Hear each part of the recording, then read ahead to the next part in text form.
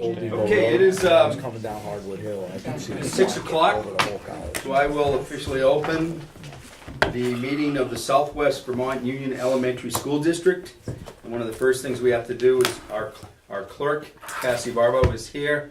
She is going to make sure everybody's sworn in, so I will turn it over to her now. Can I have a show of hands of who hasn't taken their oath of office yet?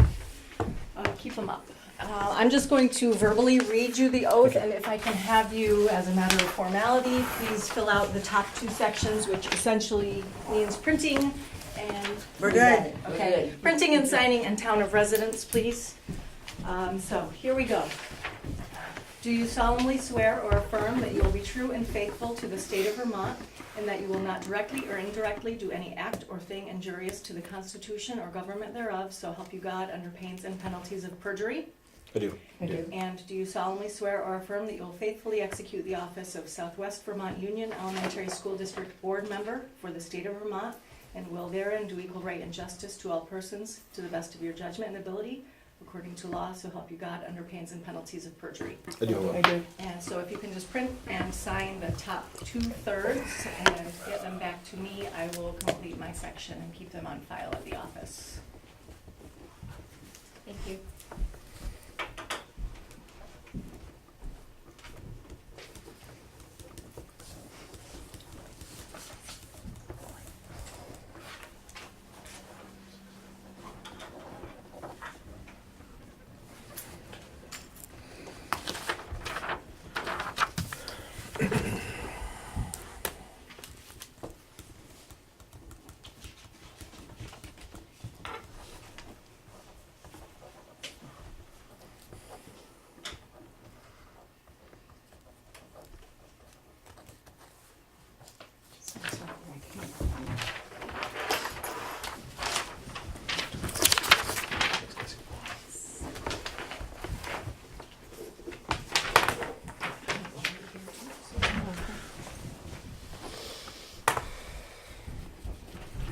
You got mine from around.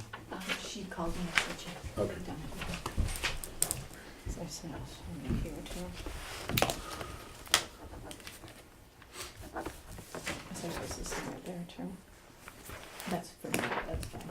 Okay. Save me from having to print it. Did I get everybody? All right, all set, thank you. Thank you. Thanks. Before organization of the board, I think it may be beneficial that we all introduce ourselves. We may know each other, but we may not. So we'll start over here with Cindy. Cindy Brownell, Chair of Powell Elementary. Angie Rawling, Vice Chair, Connell Elementary. Scott McEnany, Shaftesbury School Board. Tony D'Onofrio, Shaftesbury School Board. Jill Sikora, BSD Vice Chair. I'm Chris Murphy. I'm the chair of the BSD. Dick France, Woodford, and Chair SVSU. Susan Hogue, member of Woodford. Welcome to the first meeting of the initial board of the Southwest Vermont Union Elementary School District. I keep saying that so I can practice. Organization of the board is the first agenda item. We're going to do a chair, vice chair, and clerk. At this time, we're not going to do committees because the committees are already filled by the existing boards. Once you are officially up and running, well, you are officially up and running, but once the other boards go into the sunset, then this board will appoint someone to negotiations, policy, things like that. So, all right. So, nominations are in order. That's the issue. I don't want. Nominations are in order for chair of the SVUESD Board of Directors. Are there any nominations? Nominate Chris Murphy. I second.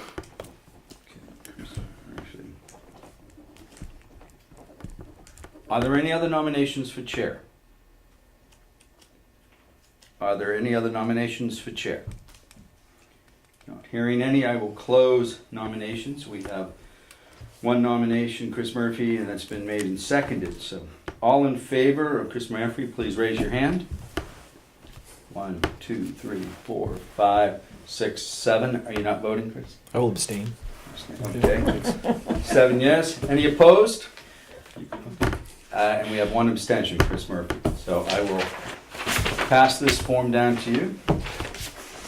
Well, thank you everyone for that. It's it's a lot of work that we have ahead of us, but I appreciate everyone running and being elected and being willing to serve. So thanks so much. So our second act is to elect a vice chair of the SVUESD Board of Directors. So can I please have a nomination for vice chair, please? I nominate Anthony. Okay, very good. So we have a first for Tony D'Onofrio. I don't know that a second is required. Just will you accept the nomination? Sure. Great. Nominate Cindy Brownell. Very good. Cindy, would you accept the nomination? No, I think I'd like to give it to Anthony. Okay. So do we have any further nominations for vice chair? Do we have any further nominations for vice chair? 3 times. Do we have any further nominations for vice chair? Hearing none. All those in favor, we have one nominee, that's Tony D'Onofrio. All those in favor of electing Tony D'Onofrio as vice chair of the SVUESD, please signify by raising your hand.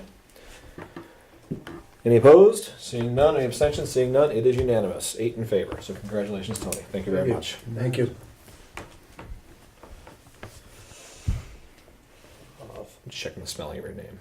And we should also add that earlier today, Tony was involved in putting out the fire at Bennington College. So, Tony, thanks for that you service so as well. Thank you. All in favor? Glad you 8-0-0. Now we need to elect a clerk for the SVUESD. Could I please have a nomination for clerk, please? Just I'd a- nominate- Scott's done a great job so far. Very good. So we have a first Scott. Scott, would you accept that nomination? Yeah. Very good. Cindy, you were going to make a nomination? Yeah, let's take Fran's, but Okay. I'll go with Scott. Very good. Do we have any further nominations for clerk? Do we have any further nominations for clerk? Do we have any further nominations for clerk? Hearing none, all those in favor of electing Scott McEnany as clerk of the SVUESD, please signify by saying aye. Aye. Any opposed? Any abstentions? Hearing none, and it passes unanimously. Scott, thank you for your service. I'm sorry, I already called the vote. I'm sorry. Very good. Okay. So we'll be doing that shortly. May I take a look at your agenda, please? So I believe the next act of business, yes, is to approve the minutes from our March 18th formation meeting. The minutes were published earlier. Public comment first. Yes, you're absolutely right. Do we have, thank you very much, public comment is open for the public. We have 2 members of the public behind us. Melissa or Donna, do either of you have any comments to make? Not at this time. Great. Oh, hello. See, you're behind Dick France. Hello. Public comment. Any more for public comments? From the mouths of babes? Okay, very good. So moving on. Number 3, thank you, is the approval of the minutes from the March 18th meeting. Those were published earlier. Any additions or corrections to be recommended for those? Yeah, I made a page 1, line 23. We need to insert to approve the amended motion. Otherwise, that motion doesn't make any sense Okay. at all. So very good. So with those corrections in mind, can I please have a motion to approve the minutes as published from the March 18th meeting? I'll make a motion that we accept the minutes. Thank you, Cindy. Could I have a second, please? Second. Very good. We'll call for Tony. Any further discussion? Hearing none. All those in favor of the motion to approve the minutes from March 18th as corrected, please signify by saying aye. Aye. Any opposed? Any abstentions? Very Yeah, good. I'll abstain. Okay. I was on Not present. Thanks. So we have 4 in favor. We have 3 abstentions. Who was the third? Me. Thank you very much. Moving on to agenda item number 4, the review of the proposed FY20 budget. So we'll turn it over to Ms. Gordon. So what I am handing out here is just what was in your packet, in case you didn't have a copy. Oops. Can I have one, please? What do you want, honey? Oh. You good? Oh, you know what? No, you took it back. No, I got it. Oh, you got it. We're good. I'll take Got that. it. It's just a test. Same There, thing? you got this. Yes. Okay, so if you notice at the bottom, this is still referencing draft 4 Thanks.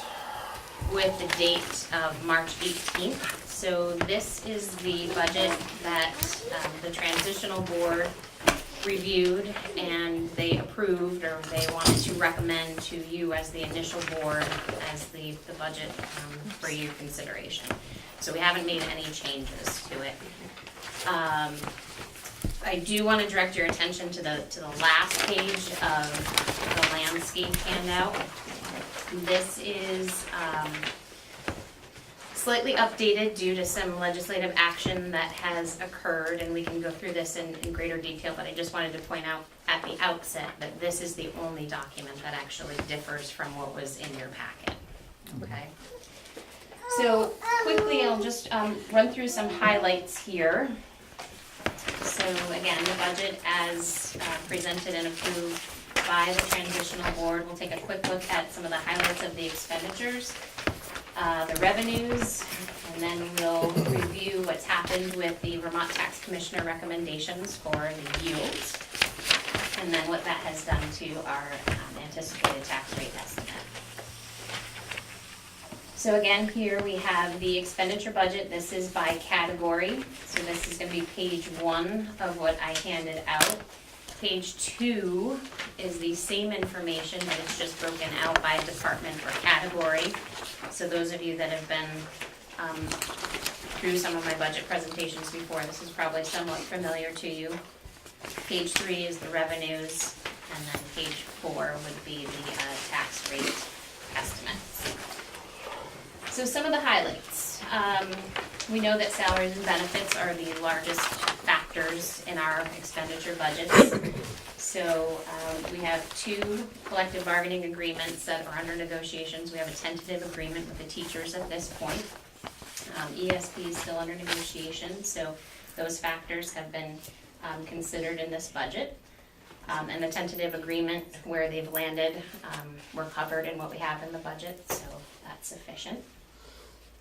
Some proposed changes that we had through the earlier parts of the budgeting process at the individual district levels. There were trauma-sensitive classrooms proposed for our elementary schools, and that would be a K-1-2 and a 3-4-5 or a 3-4-5-6 classroom setting, potentially a maximum of 6 students in each of those classrooms, with a teacher that we already have staffed in each, a paraprofessional supporting that's already on staff in each. The new staff would be a social worker that would serve both of those classrooms and those students and families.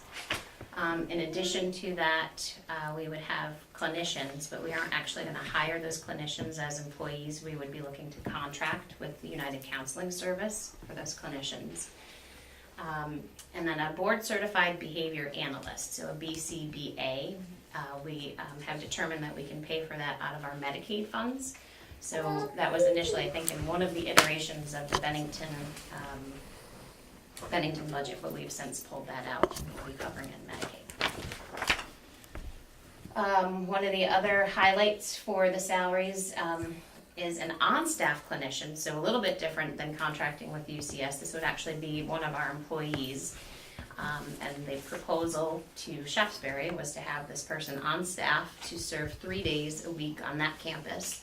And then special education determined that they have a need in one of their off-site locations, so that person would actually be looking at a 1.0 position, but serving 3 days in Shaftesbury, and then 2 days, I believe, at On Point Elementary. We have set this up in this budget, so the 1.0 FTE salaries and benefits are in this budget, and then special education would be reimbursing for those 2 days, so we'll see that in our revenue, anticipated revenues. Yes. We heard the other night that Medicaid funds have been flat since 2010. How do you add another load from Medicaid? We've been very to pay for conservative in how we've been spending our Medicaid funds, so we have ample funds that have rolled over from year to year. So they're billing, several $100,000 is what we get in revenue every year. We actually haven't increased the budget much beyond that in several years, so we have probably close to $1 million that we are rolling over, and we continue to add to that. So we have funds available. So the Medicaid funding isn't split up and designated for certain things, it's just a pool? Correct.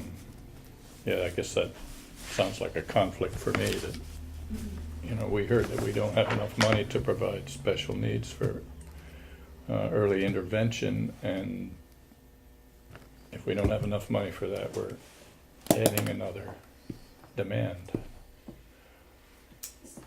I can. Kate's the one that said that, so maybe you can address that. Correct. So the early intervention funds come from a Medicaid bundle, which comes to our region through, essentially through AHS, which is the Human Services. So that bundle is not provided by or funded through the school. It's separate from the school. Yeah, it's a partner of ours. So that Medicaid funding is flat. However, the school Medicaid revenues have greatly increased from, I'd say 2015 till now, because those funds are based on, we bill for Medicaid for special education services we provide, and because we've been very efficient with billing, we've actually seen an increase in the school district Medicaid funds. But the state AHS, you're absolutely right, the state AHS Medicaid fund bundle has been flat since 2010, and early intervention, which is part of our children's integrated services, has been underfunded. Okay, thanks, Kate. So again, on-site or on-staff clinician, again, to be split between the Shaftesbury campus and On Point. There was a proposal to add a crossing guard at Molly Stark, and this would be to alleviate some of the time demand on the custodial staff at Molly Stark. So we've added that into this budget. I have a question. Yes, ma'am. I'm looking at security and crossing guard, and it jumped 359,000. Yes. Is that where the sheriff's? Yes. Yes. I hope. Okay. And I can rest easy. It's the best crossing guard position you're ever gonna find, Cindy. We're in the wrong business. That's right. And then a couple of things that are actually having a decrease to the salaries line is a reduction in the number of board members from what we previously had. So from all the current boards down to the 8 for next fiscal year. The treasurer salaries have been combined and consolidated into one to keep it in alignment with the other treasurers that are managing budgets similar to this size. So that has been included in this budget at $24,000. And then in consolidating the teaching staff, actually all of the staff, we found that there's a little bit of overlap, so we were able to pull some FTEs out of the Woodford budget, and we'll be able to do some sharing with our library media specialists and music. So those have been slight reductions to the salary line. Correspondingly, benefits for those new positions, we will have, or we do have benefits factored in, and this isn't just, health insurance, this is our employer taxes as well, are lumped into what you're seeing here in these costs. As well as we know VHI had a significant increase in their rate for the CDHP Gold plan, and that is the plan that 90% of members statewide are on. So that was an increase of 11.8% for next year. And then, of course, the other big one, as Cindy pointed out, is the contracted services line. And this is comprised of a few things. Mainly, yes, the increase you're seeing there is for school resource officers at 5 buildings. So individually, we had some variations when we were looking at the individual district budgets. Pownell had kept theirs in, Shaftesbury kept theirs in. Bennington decided to pull the 3 out and put a non-binding advisory vote on their ballot, which was passed by the voters. So when I consolidated all of these budgets back together, I added those back in just so we were kind of on the level playing field. Sorry, Woodford, we just didn't think you wanted $49,000. You're incorrect. Right. We love 49,000. Dick has volunteered to be the resource officer. But with consolidation, we can certainly share that resource officer when Woodford ever has a need, and particularly, with the monument, and Woodford would be a logical choice for that. As I mentioned before, for the trauma classrooms or trauma-sensitive classroom settings, the proposal was to have 2 clinicians, 1 for each of those classrooms. So we have funding in there for that at $36,000 each. And the benefit of that is that we basically are paying UCS to provide that service, but we don't have all the associated employee costs that go along with that. Cleaning service contract increase, this is an agreement with the Bennington schools, and we're under contract with them, and the contracted rate increase is pretty significant going forward. So that has been budgeted and will be covered going forward. And then we have some heating and controls maintenance agreements. So those are really the four main contributing factors you're seeing to that overall increase. And then, so kind of going back and taking a look at the overall budget, you see a shift from line 05 capital improvements to line 04 building operations and maintenance. This is really partially a shift. We have a new chart of accounts that we have to put into place as of July 1. And with that, there's certain categories we can and can't charge with other codes. So we're doing a little flip-flop there to correct that.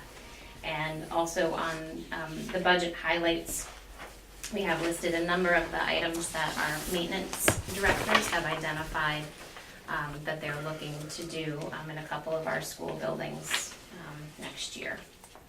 So those are some of the factors there. Let's see, bus transportation, you're seeing a 30% increase to that line. Partially because of the increase to the base contract price. That's not actually the transportation to and from school. That's that line. That's actually included in 09 assessments because that cost is actually maintained at the SU level. But what you're seeing in 06 bus transportation is actually after school transportation, field trip transportation, homeless transportation, and then there's some transportation between schools for band rehearsals.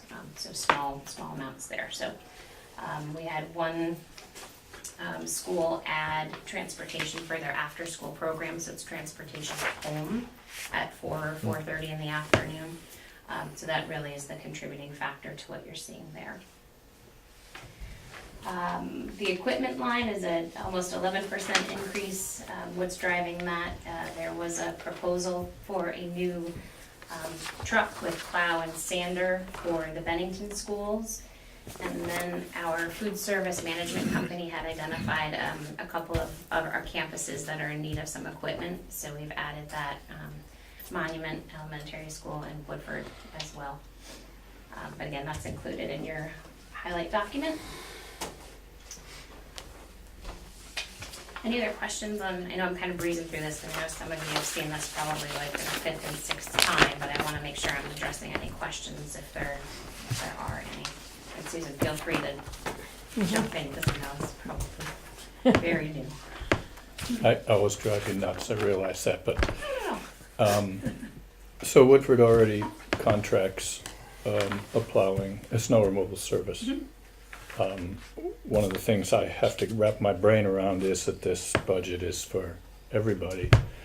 So the service would come from whatever the contractor selected is for the entire unified We district. haven't made any changes to any campuses. Our plan for this year is we will operate each individual school district as they were operating.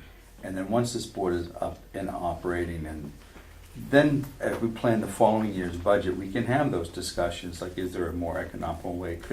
Now that we're one school district, could the truck from Bennington go up and plow? I don't know those answers, but that's the type of economy of scale that we're talking about. Pownell is theirs too. But because this really is a combination of your budget, your budget, your budget, your budget, the easiest way right now is just keep operating the way we do. So that plow service is still in your budget. It still will be there. That's who will be doing it next year. So it still draws out of this. Yes. but Yes. It's, Yep, because it's a line, it's in this budget.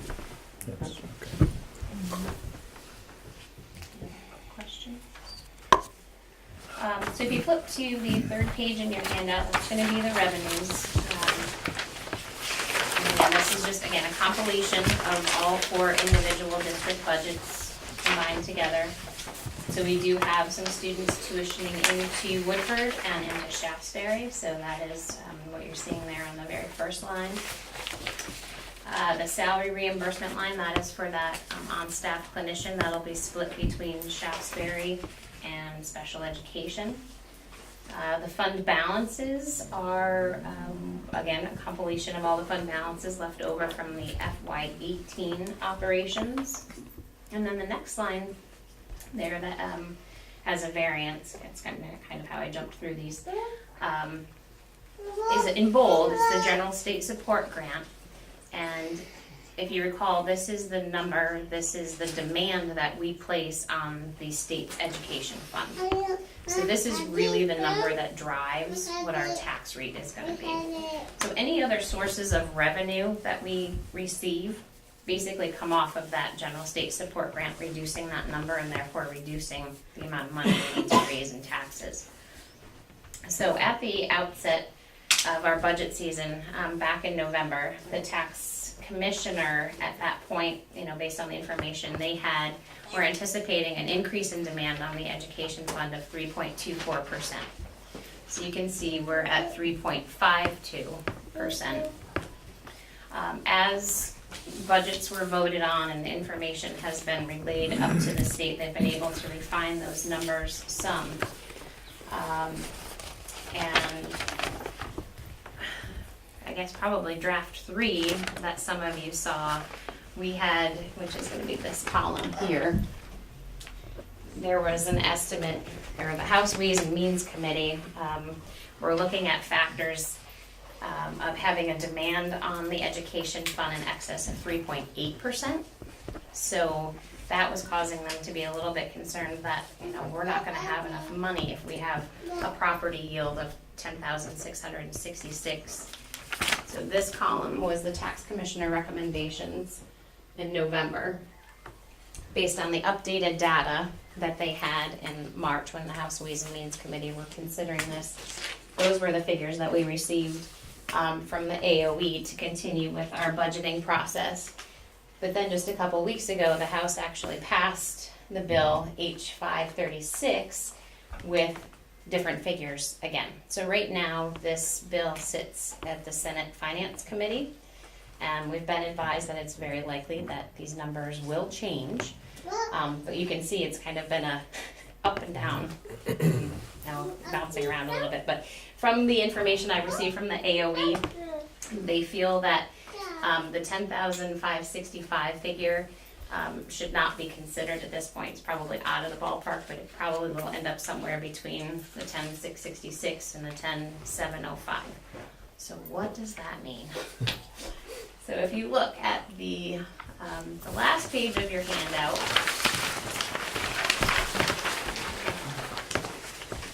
this is a little bit different than what was in your packet. So what was in your packet was the information that I basically had back in the middle of March. So the highlighted area in yellow in your packet would be reflective of the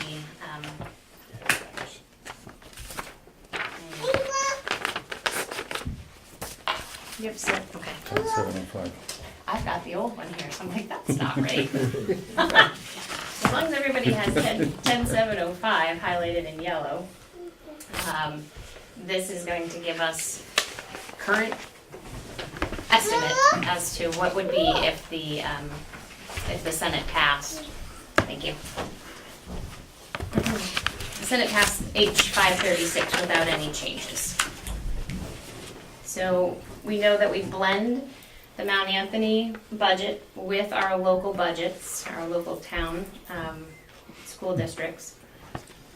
Blending those rates, we have to apply the percentage of equalized pupils that we have at the elementary level with the number of equalized pupils we have at the secondary level. And this brings you down to a blended tax rate of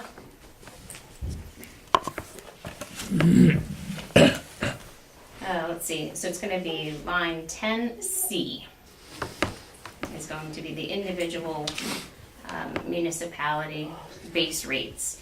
From there, we apply the common level of appraisal, which is different for every town based on the property valuations of those towns.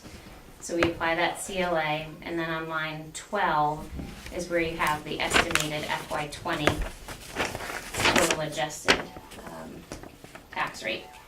And then line 14 is a comparison of what the current year's school rate was versus what the anticipated tax rate is with the Mount Anthony budget as it was passed and the budget as you have before you now for the SVUESD. And then the last thing I wanted to show you, and I can print this, I can post this on the web, but it's just a kind of a comparison so you all can see the variations of what's happening with the yield numbers changing. Give or take, it's about a 2 cent difference, you know, a little more, a little less, depending upon, you know, what town we're looking at. But we know that the recommendation from the AOE is that the property yield of the 10,565 probably won't come to fruition. It's probably going to be somewhere in the 10,666, 10,705. So from there, you can see, you know, the tax rates, you know, less than a penny increase for Bennington, between a 2 and a 2/3 penny decrease for Pownell. Shaftesbury is, you know, hovering right around a penny and a half, give or take, and then Woodford about 2 cents. So again, this is with the Mount Anthony budget that was passed and the budget that you have before you now. Can you email that? I would like a copy of it. Sure. Yeah. So that was really fast, not super detailed. But it is fast because of the timeline that we are under, as you've heard us say before. Our goal is to get this budget approved by this board so that we can have our attorney draft the warning. And even with that, it's looking like no earlier than the first week of June we'll be able to have a public vote on this budget because of how long we have to warn it. 30, maximum 45 days. So I think we're eyeing June 4th. That would be ideal, I think, but I would have to confirm that It with all the town It clerks. could be a week later. Are there any further comments or questions about the budget? I have a question. Scott, please. Excuse my ignorance on this, but so we as a district or each town gets a pool of money from the state education fund, correct? Is that how that works? And then each town pays into, each town pays their education taxes. It goes to that pool, but then the pool comes back to the town. Right. And then with the new board structure, we're taking all of those funds and merging them so we can then divide them out once again? Or how? So Maybe not this budget, but even if it's future speak. we are, when you said that the money goes to the state and then comes back to the town, the money actually comes from the towns through our tax bills, goes to the state, and then comes back to the districts. To the district, okay. And, oh, I see. So, and then you come up with the operating line, or the district then currently helps each one of our schools come up with their operating budget. No, currently it goes to the individual districts, so like Shaftesbury. The school Shaftesbury district, which is managed by the SU, but then going forward, the new district is the Union Elementary District, so that would be the entity that will receive the money from the ed fund. Okay. So like today is the last day for general state support grant payments from the state, and money should have come into the Bennington School District account, the Shaftesbury account.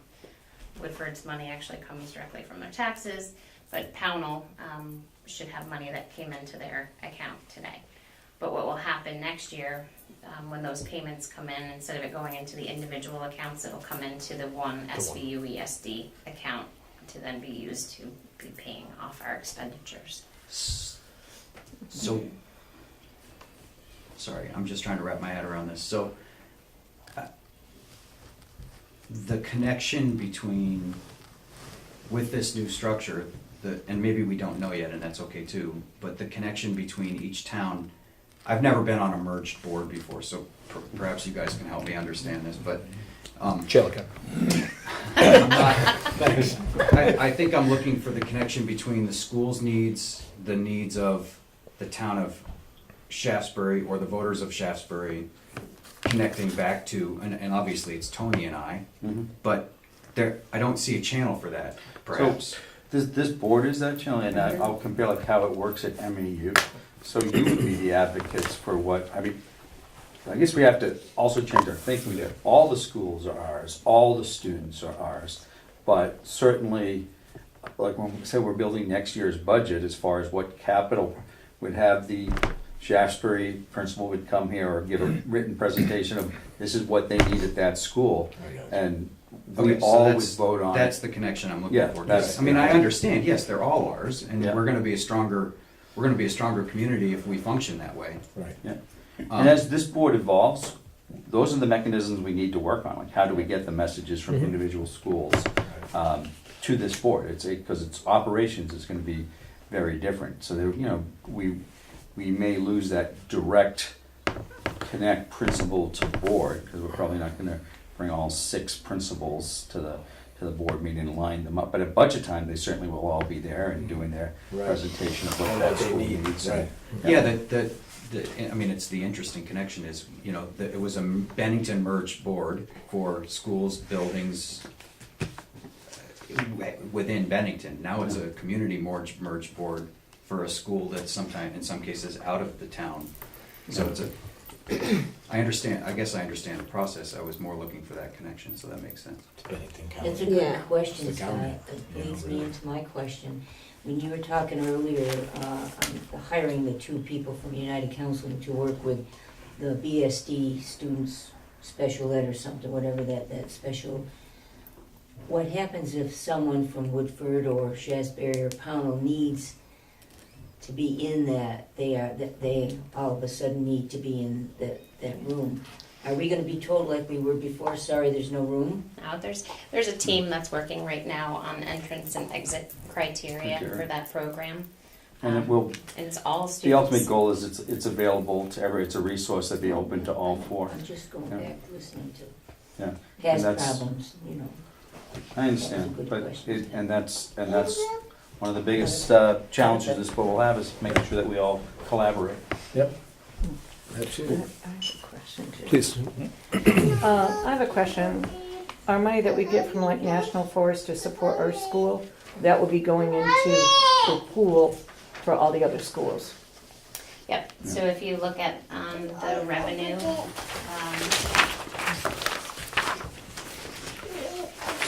we have forest revenue, and actually all of the schools do get a portion, which is now coming to the SU and was previously divvied up. But impact aid is another line where a significant portion of that is generated through the town of Woodford, but there's also a portion of impact aid that comes from Bennington. So yes, it is just offsetting revenue to this number here, the general state support grant, or again, our demand on what we need from the education fund to support our operations for next year. Please. I one comment that the voter turnout was so poor for individuals on this board, and maybe it's because they were simply unopposed, but somehow That's there the has to be feedback I got, Dick, from a full people I talked to. frontal attack to get some information out there. Whether Derek does that through the newspaper in several installments or what, I think people will not understand what they're voting on under the best of circumstances, and you certainly don't want a budget to go down for all of us. We don't have time for that. Yeah. And the second issue I want to bring up is our impact aid issue. I don't believe is settled in Woodford, so that won't change your budget by a huge amount, but my information says that impact aid is returned to the town and the school, not simply the school. So I think we have an issue there that has to be resolved before that whole amount is included. We have asked our BSB issue attorney to give us an opinion on that, because we know that that is a question. Who is the ultimate arbiter of that decision? Federal government. Federal government? Do we know, that's a big thing, do we know what aspect of the federal government makes that decision? Yeah, I have a contact that I've Okay. reached out Okay. to, and have shared some communication that we've had from the attorney, and they've been through this before with other municipalities, Sure. and basically I need to get him the information, the articles of agreement, and we'll go from there. Okay. But he didn't make it seem like it was gonna be any issue. Okay. I mean, Dick's point is valid, that it's not a huge bite of the budget Right. either way. It's Okay. important to Woodford. Yep, for sure it is. Yeah, Well, you just absolutely. can't take it away from the town. If Sure. we're talking about a school district, it's the point, that's all. Any other questions about this budget? Just in general, something that I found very helpful to wrap my head around this very dense process of coming up with school budgets. The Vermont School Board Association's webpage has a video. It's about 8 minutes, I think. It talks about the ins and outs of school funding, and had to watch it a couple times before I started to understand how it was There's a going. link but right there oh, there at it the is. Okay, bottom. perfect. Yeah, yeah. The VTVSBA.org. There's a video on there. Yes. So Renee, thank you again for all the work it takes to pull this together and to make it so understandable for the group. So if there are no more questions or any more comments, I would entertain a motion to accept the proposed FY20 budget. Thank you, Chayla. Could I have a second, please? Second. Thank you, Scott. So we have a first and a second. Any further discussion on this motion? Hearing none, all those in favor of accepting the proposed FY20 budget, please signify by saying aye. Aye. Any opposed? Any abstentions? Hearing none, it passes unanimously. Thank you. And just for clarification, so what we'll be voting on is the expenditure budget. So as we continue to kind of hash out what's happening with the impact aid, that'll then eventually, have an impact once we get our tax bills next year. So it's just the expenditure budget that we're voting on. Okay, thank you. So agenda item 5, turning it over to Superintendent Culkeen. So my report is really questions that we all should be thinking about. First is, I selected this location for the first meeting because it's kind of a neutral zone. It's not any one school. So I would like to ask the board where you would like to meet, when you would like to meet, the time of day. Those are things that I picked 6 o'clock here on a Tuesday because there's no other meetings on Tuesday night. And this is really like where we're gonna meet between now and the end of June, because then once June rolls around, I would hope that we would select one of the 2 open Wednesdays. The third Wednesday is MAU, and the fourth Wednesday of the month is the SU, so that would leave the first and second Wednesday. But so the first question is, what would be we can continue to meet here until you have another location. You could rotate through your elementary schools. I think that worked well in BSD to rotate through the 3. You got 6 of them, so 12 meetings. You visit each one twice, and okay. Yep, and I think it's important for this board to have a presence in all the schools, All right. at least on those 2 nights a month. It's 2 good nights a for year. the town too. Yeah, yeah. If we do Does that. Yep. Tuesdays continue to work until we get through June? Fine with me. I think so, yeah. All right. I like 6 o'clock. Yeah, I do too. 6 o'clock's a good time. Okay, so 6 o'clock on Tuesday. So the other thing is that some of the agenda items that we're going to be talking about at those meetings, some of the work that we're going to need to do is look at the policy manuals. You're not currently on. I have asked our attorney to give me advice on that. Is it a simple matter that you vote to adopt the policies of the SU, because you're not on any of those policies right now. We're a new entity. The attorney is recommending that we kind of maintain the status quo on a lot of employment issues. You have, when we merge, you're going to have members who are doing the same job in our schools, some who are unionized, some who are not represented.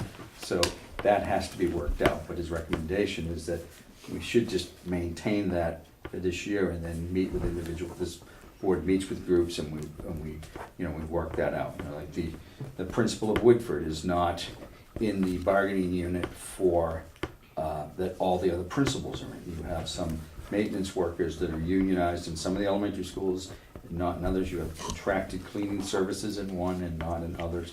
So these are the type of issues that we're all going to have discussions about, but not for July 1. I don't see anything that's gonna make us have to do it, because if the budget passes the way it is, there's enough money from combining all your individual budgets to operate the same way that we're doing right now.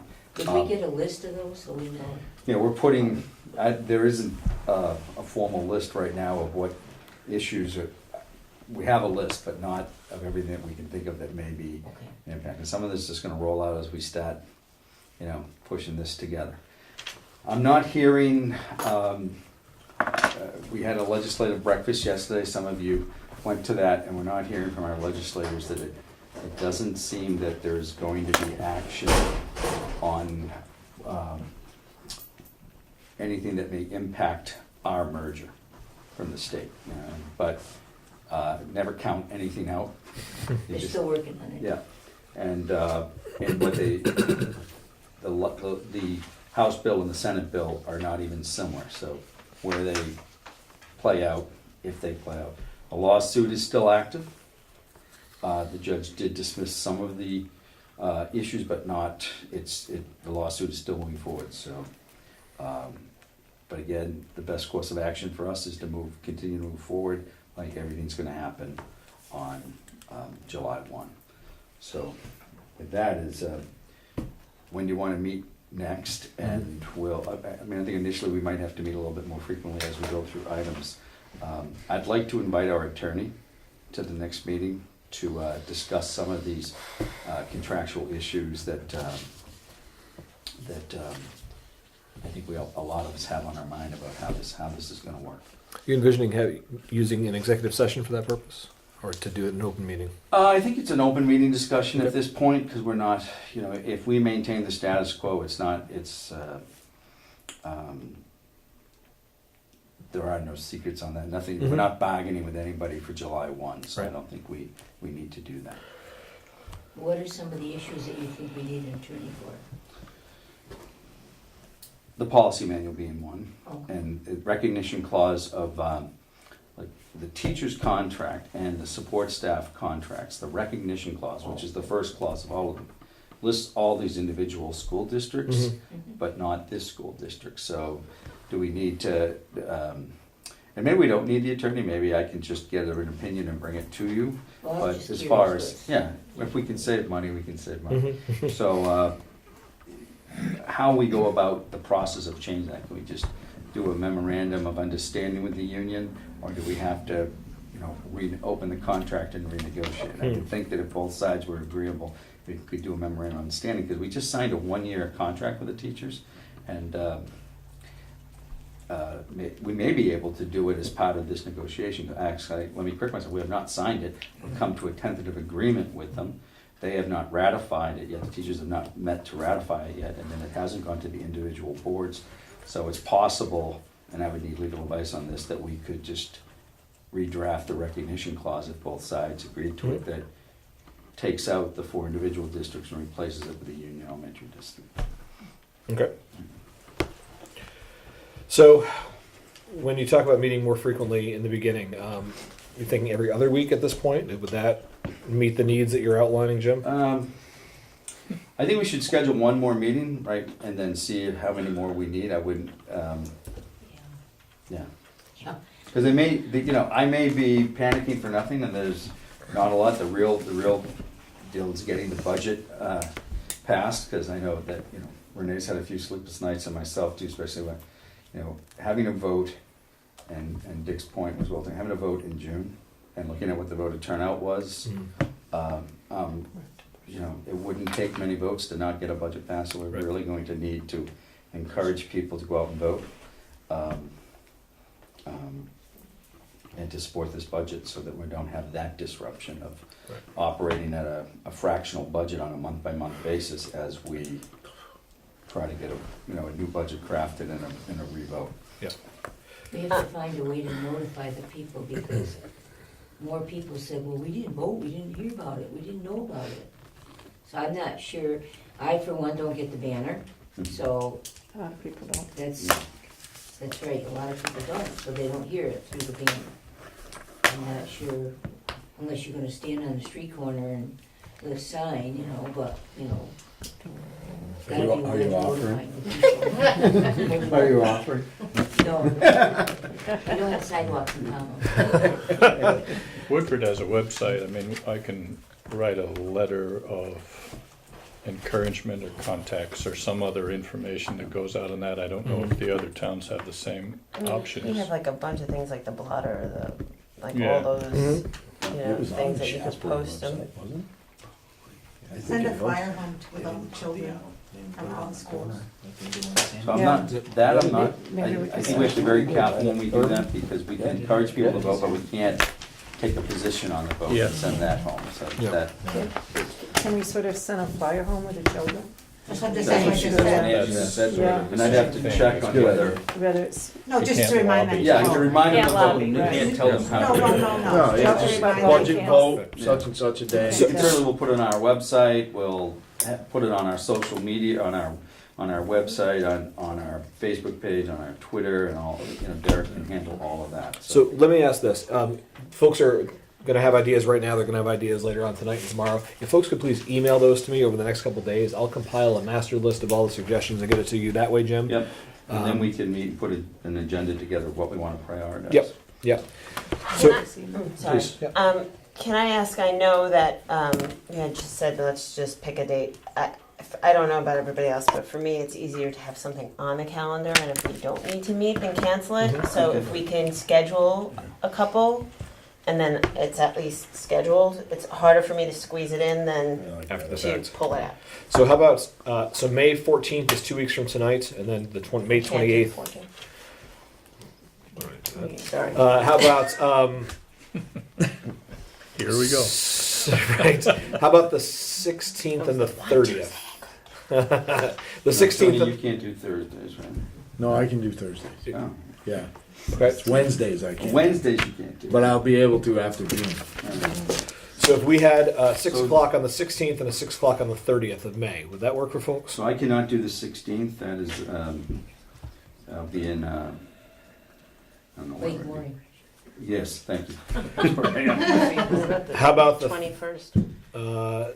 21st puts us 3 weeks out, and I don't necessarily want to go that far. How about the 13th? That's Monday. I'm in Florida.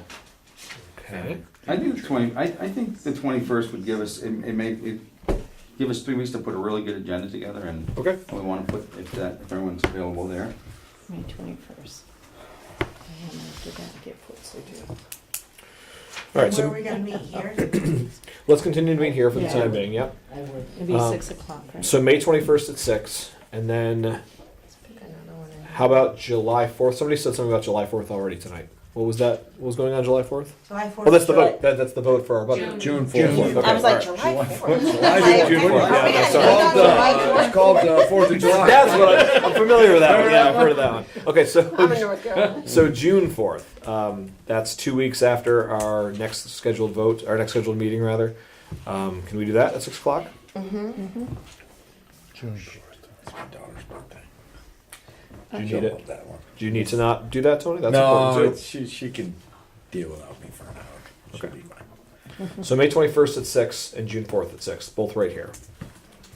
Okay. I was gonna ask one other thing. We know that I'm gonna have the warning coming from the attorney. Would the board be comfortable taking action and approving that warning tonight so that we can just have people come in individually as opposed to scheduling another meeting? Sure. So this is a warning for the vote for the budget. Yeah. Yeah. Yeah. Okay. So I would entertain a motion to do what Ms. Gordon is asking. So for the board to proactively approve the warning for the budget to allow us to not have to come in and have an extra meeting. So moved. Thank you. So I have Nick. Second. Thank you, Chayla. Any discussion on that? Hearing none. All those in favor of the motion, please signify by saying aye. Aye. Any opposed?